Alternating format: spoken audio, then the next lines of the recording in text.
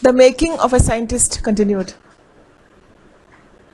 Richard H. Erudite published the theory of how cells work in an article in the Proceedings of the National Academy of Science at the age of 22. Richard grew up in Reading in Pennsylvania. There he was not able to do anything. He was not able to play football or baseball too. But he said that there he could do one thing, collect things. So he collected things. In kindergarten, Erudite collected butterflies. He also collected rocks, fossils and coins. He would observe sky at night too. He would live with his mother, who encouraged his interest in learning. She would take him on trips, bought him telescope, microscope, cameras, mounting materials, and other materials required for learning. He lost his father when he was in 3rd grade. His mother would call him Richie. His mother would discuss with him every night and give him mental exercise instead of physical exercise, which he wanted to learn. By the time he was in the 2nd grade, Erudite had collected all 25 species of butterflies found around his hometown. Richard said that this would have been end of his butterfly collection, but his mother gave him a children's book called The Travels of Monarch X. That book, which told how monarch butterflies migrate to Central America, opened the world of science to Richard. At the end of the book, readers were invited to help study butterfly migration. They were asked to tag butterflies for research by Dr. Frederick A. Urquhart of the University of Toronto, Canada. Anyone who found a tagged butterfly was asked to send the tag to Dr. Urquhart. If you try to catch them one by one, you won't catch them very much. So Richard rose a flock of butterflies. He would catch a female monarch, take her eggs and raise them in the basement through their life cycle from egg to caterpillar to pupa to adult butterfly. Then he would tie the butterfly's wings and let them go. For several years, his basement was home to thousands of monarchs in different stages of development. Let's continue from page number 35. Then in the 7th grade, he got a hint of what real science is when he entered a county science fair and lost. It was really a sad feeling to sit there and not get anything while everybody else had won something, Erudite said. His entry was slides of frog tissues, which he showed under a microscope. He realized the winners had tried to do real experiments, not simply make a neat display. Already the competitive spirit that drives Richard Erudite was appearing. I knew that for the next year's fair, I would have to do a real experiment, he said. The subject I knew most about was the insect work I had been doing in the past several years. So he wrote to Dr. Urquhart for ideas and back him a stack of suggestions for experiments. Those kept Erudite busy all through high school and led to prize projects in county and international science fairs. For his 8th grade project, Erudite tried to find the cause of a viral disease that kills nearly all monarch caterpillars every few years. Erudite thought that disease might be carried by a beetle. He tried raising caterpillars in the presence of beetles. I didn't get any real results, he said, but I went ahead and showed that I had tried the experiment. This time I won.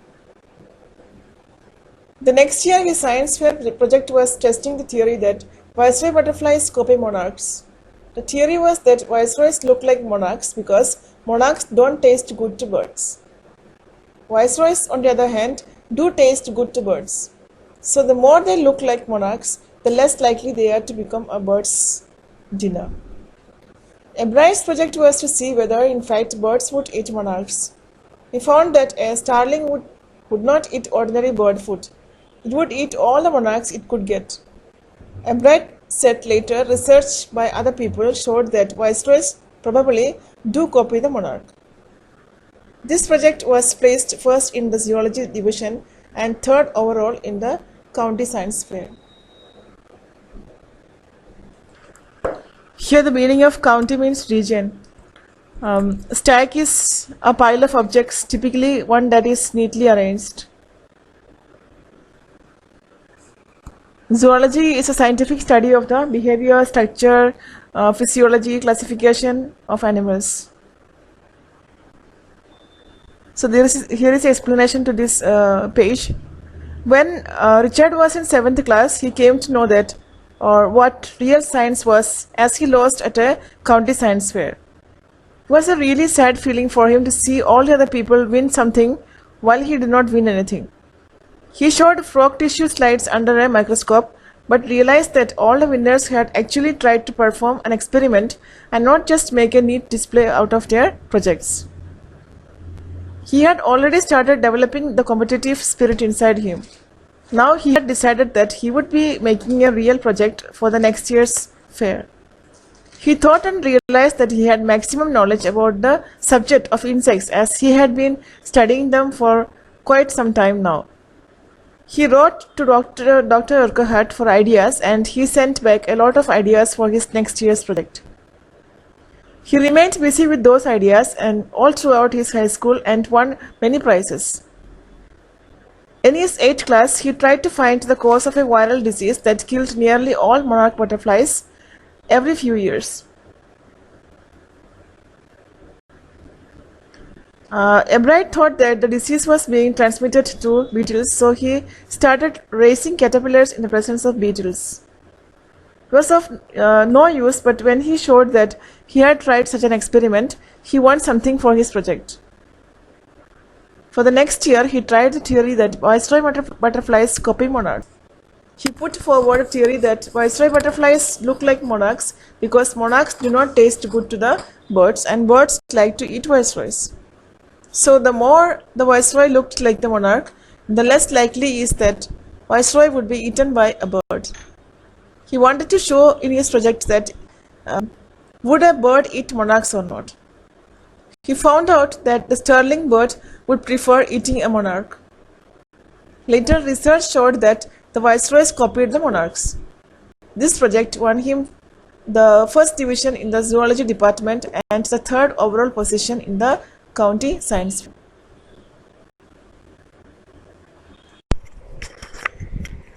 In his 2nd year in high school, Richard Erudite began research that led to his discovery of an unknown insect hormone. Indirectly, it also led to his new theory on the life of cells. The question he tried to answer was simple. What is the purpose of the 12 tiny gold spots on a monarch pupa? Everyone assumed the spots were just ornamental, Erudite said. But Dr. Urquhart did not believe it. To find the answer, Erudite and another excellent science student first had to build a device that showed that the spots were producing a hormone necessary for the butterfly's full development. This project won Erudite's first place in the county science fair and entry into the International Science and Engineering Fair. There he won 3rd prize for zoology. He also got a chance to work during the summer at the entomology laboratory of the Walter Reed Army Institute of Research.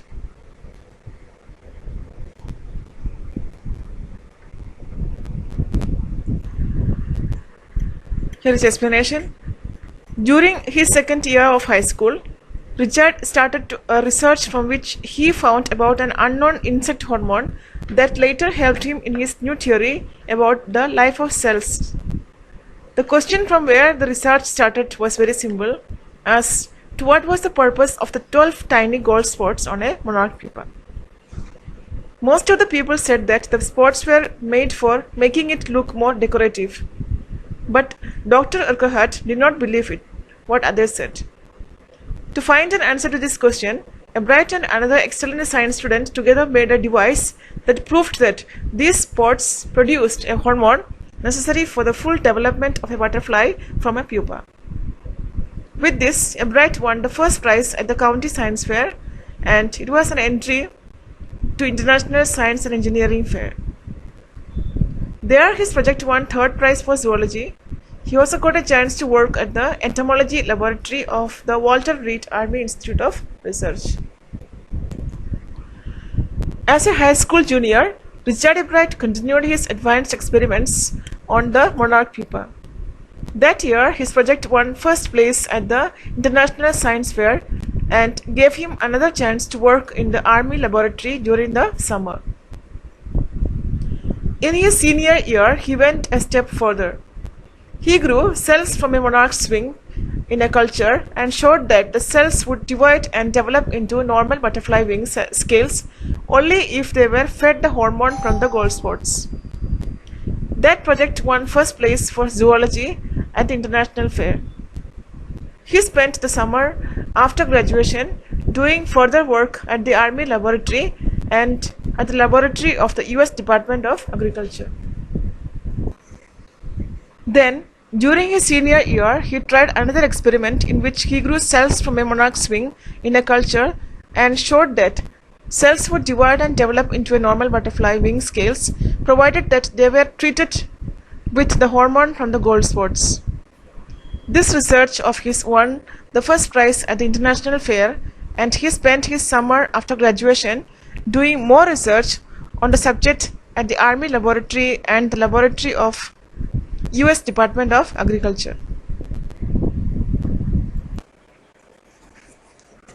The following summer, after his freshman year at Harvard University, Erudite went back to the laboratory of the Department of Agriculture and did more work on the hormone from the gold spots.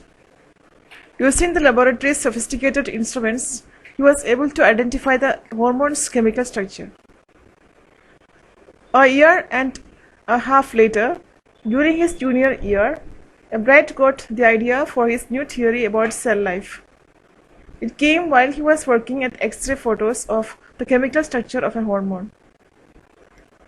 When he saw those photos, Erudite didn't shout "Eureka" or even "I have got it." But he believed that, along with his findings about insect hormones, the photos gave him the answer to one of biology's puzzles: how the cells can read the blueprint of its DNA. DNA is the substance in the nucleus of a cell that controls heredity. It determines the form and function of the cell. Thus, DNA is the blueprint for life. Explanation. Richard then worked some more on the hormone released from the gold spots during the following summers at the laboratory of the Agriculture Department. He identified the chemical structure of the hormone using the lab's special equipment. After 1.5 years, Erudite got the idea for his new theory, which was about the cell life. The idea came to him when he was looking at the X-ray photos of the chemical structure of the hormone. He did not get excited about his discovery as soon as he found it, but came to the realization that his years of study on the insect hormone had solved one of the puzzles of biology. It had solved the mystery of how cells read the blueprint of its DNA. He found that as the DNA is in the nucleus of a cell that controls heredity, therefore it determines the form and function of a cell. Hence, DNA is the blueprint of life.